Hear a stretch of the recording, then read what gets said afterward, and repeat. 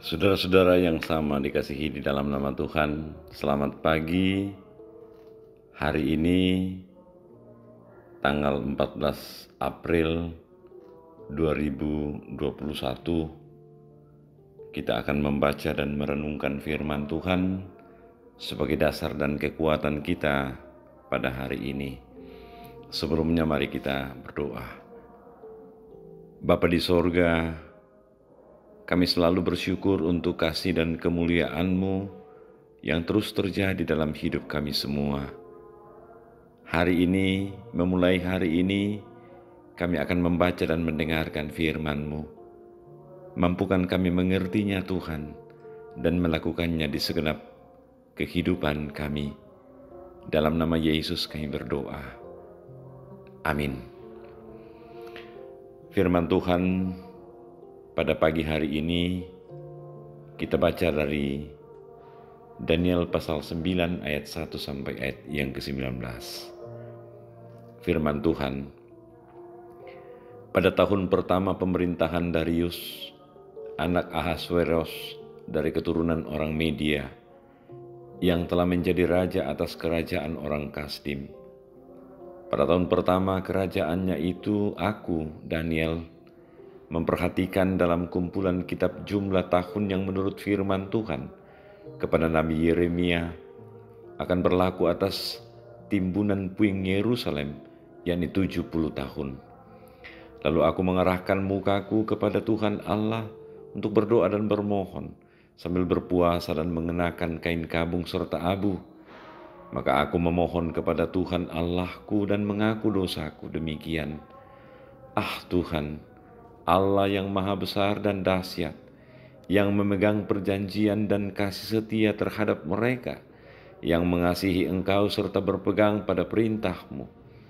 Kami telah berbuat dosa dan salah, kami telah berlaku fasik dan telah memberontak, kami telah menyimpang dari perintah dan peraturan-Mu, dan kami tidak taat kepada hamba-hamba-Mu, para nabi yang telah berbicara atas nama-Mu, kepada raja-raja kami, kepada pemimpin-pemimpin kami, kepada bapa-bapa kami, dan kepada segenap rakyat negeri.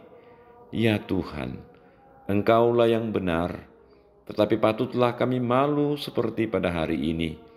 Kami orang-orang Yehuda, penduduk kota Yerusalem, dan segenap orang Israel, mereka yang dekat dan mereka yang jauh, di segala negeri kemana Engkau telah membuang mereka, oleh karena mereka berlaku murtad terhadap Engkau. Ya Tuhan, kami, raja-raja kami, pemimpin-pemimpin kami, dan bapa-bapa kami patutlah malu, sebab kami telah berbuat dosa terhadap Engkau.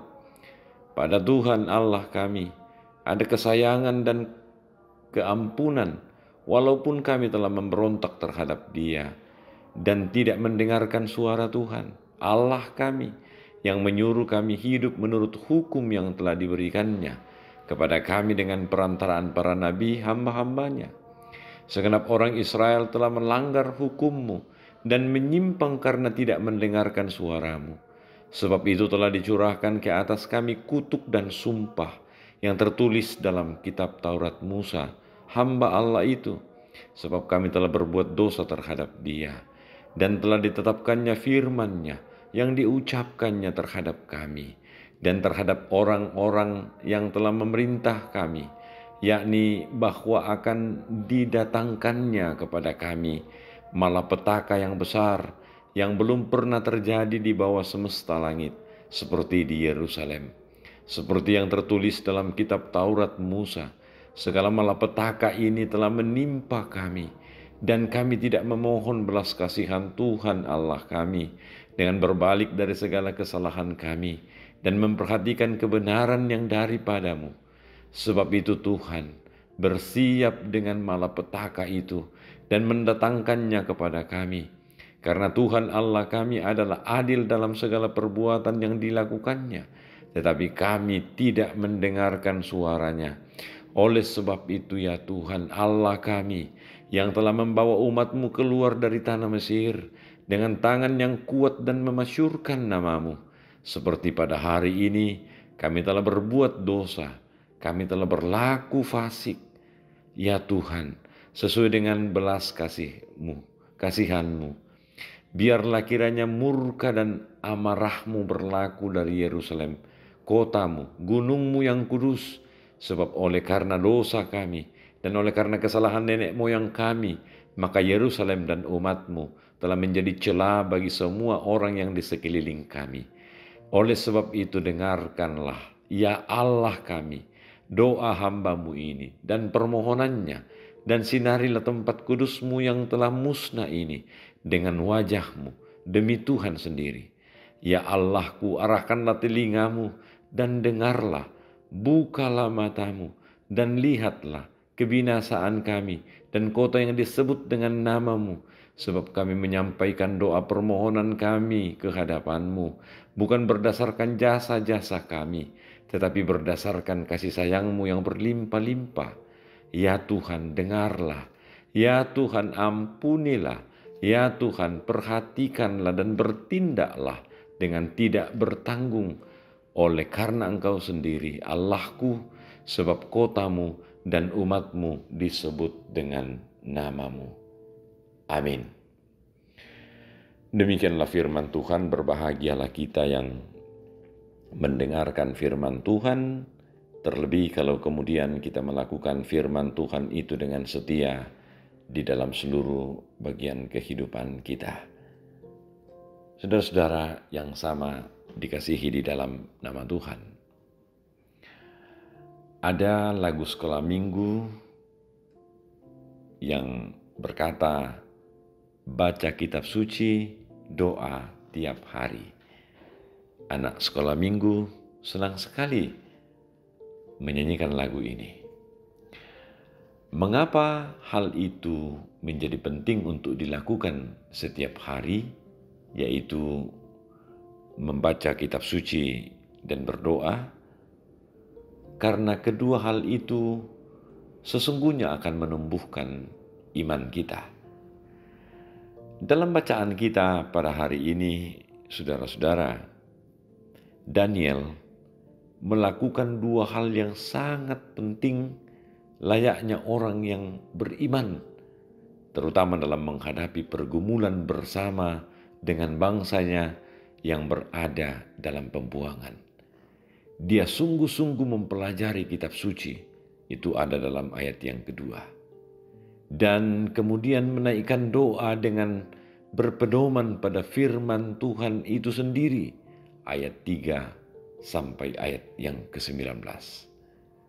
Melalui penyelidikan secara seksama terhadap firman Allah, saudara, Daniel merespon dengan berdoa sambil bahkan berpuasa bagi keadaan yang dialami bangsanya dan terhadap kehendak Tuhan.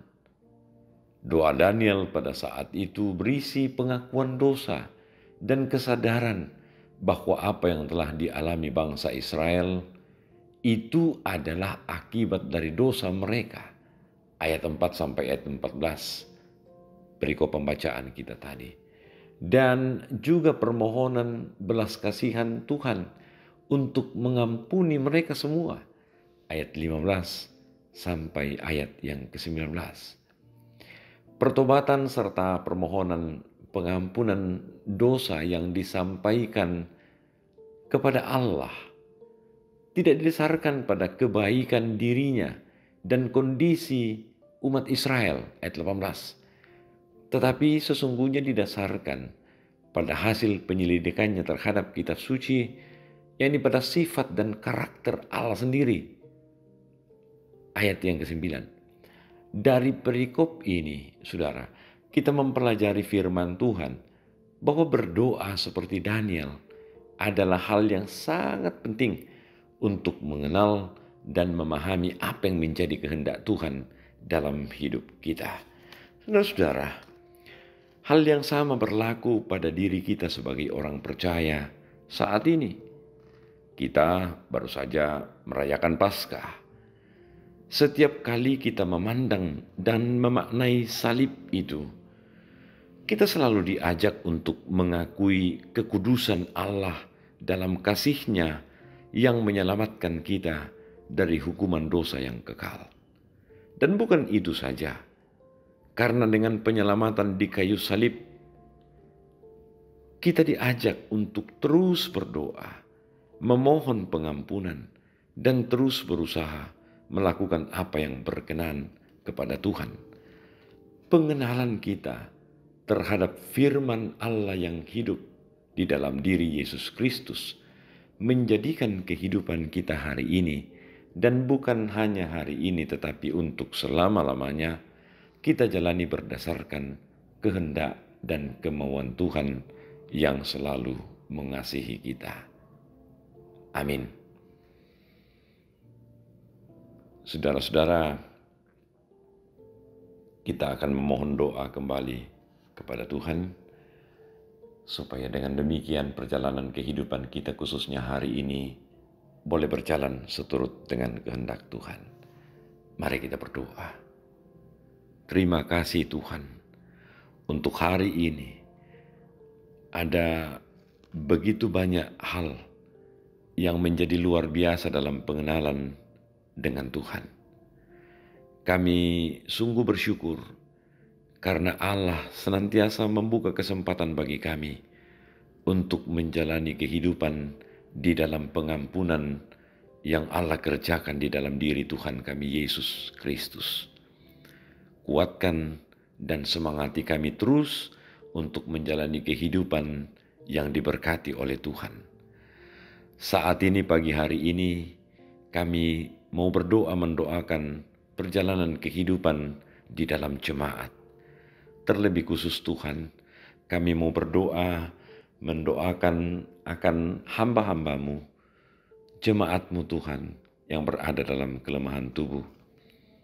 Kami mau berdoa mendoakan Bapak Pendeta Yes Maliku, Ibu Pendeta Oktavina Lago, Nyonya Agustina Patongloan, Nyonya Dorce Tumembo, Diaken Nyonya Dengen, Nyonya Matius Ruru, Bapak Penatu Albertus Toding, Bapak TR Andi Lolo, Bapak Yusuf Rante, Bapak Oni S.